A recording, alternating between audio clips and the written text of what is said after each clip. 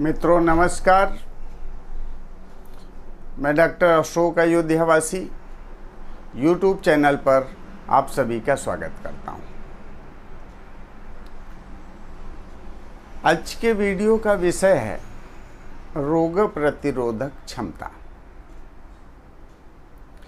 आयुर्वेद का अध्ययन करने पर सबसे ज़्यादा जो महत्वपूर्ण बात मालूम हुई वो ये है कि आयुर्वेद हमेशा से प्रयास करता रहा कि व्यक्ति बीमार ही ना पड़े। अभी पिछले कुछ सालों से मैं देख रहा हूं कि कोई न कोई नया वायरस जन्म लेता है।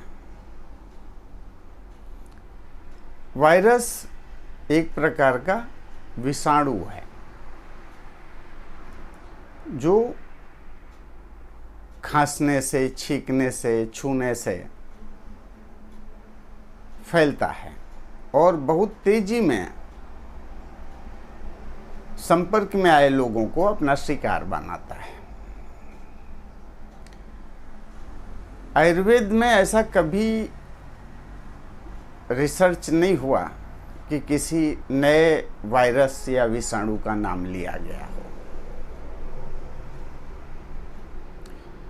वैसे आजकल की जो मॉडर्न मेडिकल साइंस है वो काफ़ी एडवांस है और चिकित्सा से जुड़े वैज्ञानिक और डॉक्टर इसमें बहुत सफल रहे हैं। कोई भी वायरस आया और उसको उन्होंने कंट्रोल किया, नियंत्रित किया और सभी लोगों को जो भी इसके चपेट में थे बचाने की भरपूर कोशिश की, बचे भी। और कुछ लोगों ने अपनी जानें भी गंवाई। ये बड़ा दुखद पहलू है।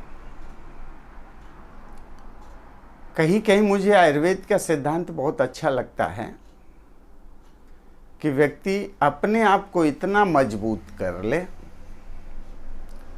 कि उसे किसी भी प्रकार के जीवाणु के हमले के समय कोई बहुत ज़्यादा नुकसान ना हो।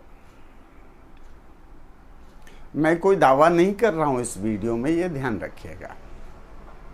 मैं सिर्फ निवेदन कर रहा हूँ कि आप अपना इम्यून सिस्टम यानी रोग प्रतिरोधक क्षमता मजबूत बनाएं। और रोग प्रतिरोधक क्षमता बनाने के लिए हमारे ऋषियों मुनियों ने बहुत मेहनत की। उनमें से मैं 3 चीज़ों का जिक्र करूंगा जिन औषधियों का वर्णन बहुत विस्तार से आयुर्वेद के ग्रंथों में मिलता है। पहला है गिलोय, जिसको हम अमृता बोलते हैं। अमृता मीन्स अमरता देने वाली औषधि। और यह रोग प्रतिरोधक क्षमता बढ़ाने में बहुत ही कारगर सिद्ध हुई है। और मैं देखता हूँ जब भी कोई वायरस नया पैदा हुआ, उसकी खबर मिली और मानवता को तकलीफ हुई, आयुर्वेद के जो विद्वान हैं आज उन्होंने गिलोय की चर्चा जरूर की। दूसरी औषधि है हल्दी। हल्दी के गुणों के बारे में तो बहुत पहले से ज्ञात है और इसको हमारे भोजन में शामिल किया, हमारे खाने में शामिल कर दिया, जिससे कि व्यक्ति की रोग प्रतिरोधक क्षमता बनी रहे। और तीसरी औषधि है तुलसी। तुलसी का रस या तुलसी के पत्तों का सेवन आपके शरीर को इतना मजबूत कर देता है कि साधारण जीवाणुओं, विषाणुओं का आपके शरीर पर कोई प्रभाव नहीं पड़ता है। तो मैं तो नहीं कहूँगा कि किसी वायरस के डर से आप भयभीत हों। ये वीडियो आपको भयभीत करने के लिए नहीं है, बल्कि आपको सजग बनाने के लिए है। आप जितना सजग रहेंगे उतना अच्छा है।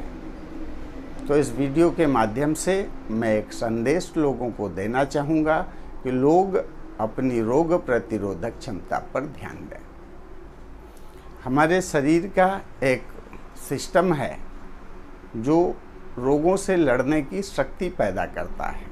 इसी को हम रोग प्रतिरोधक क्षमता बोलते हैं। एक साधारण सा उदाहरण देता हूँ कि चेचक के टीके लगाए जाते हैं। एक समय में चेचक भी एक महामारी हुआ करती थी। उसके चेचक बनाए गए, टीके बनाए गए और उसमें चेचक रोग के ही विषाणु मृत अवस्था में वो शरीर में डाले गए। वो मृत थे, बहुत नुकसान शरीर का नहीं कर सकते थे वो विषाणु,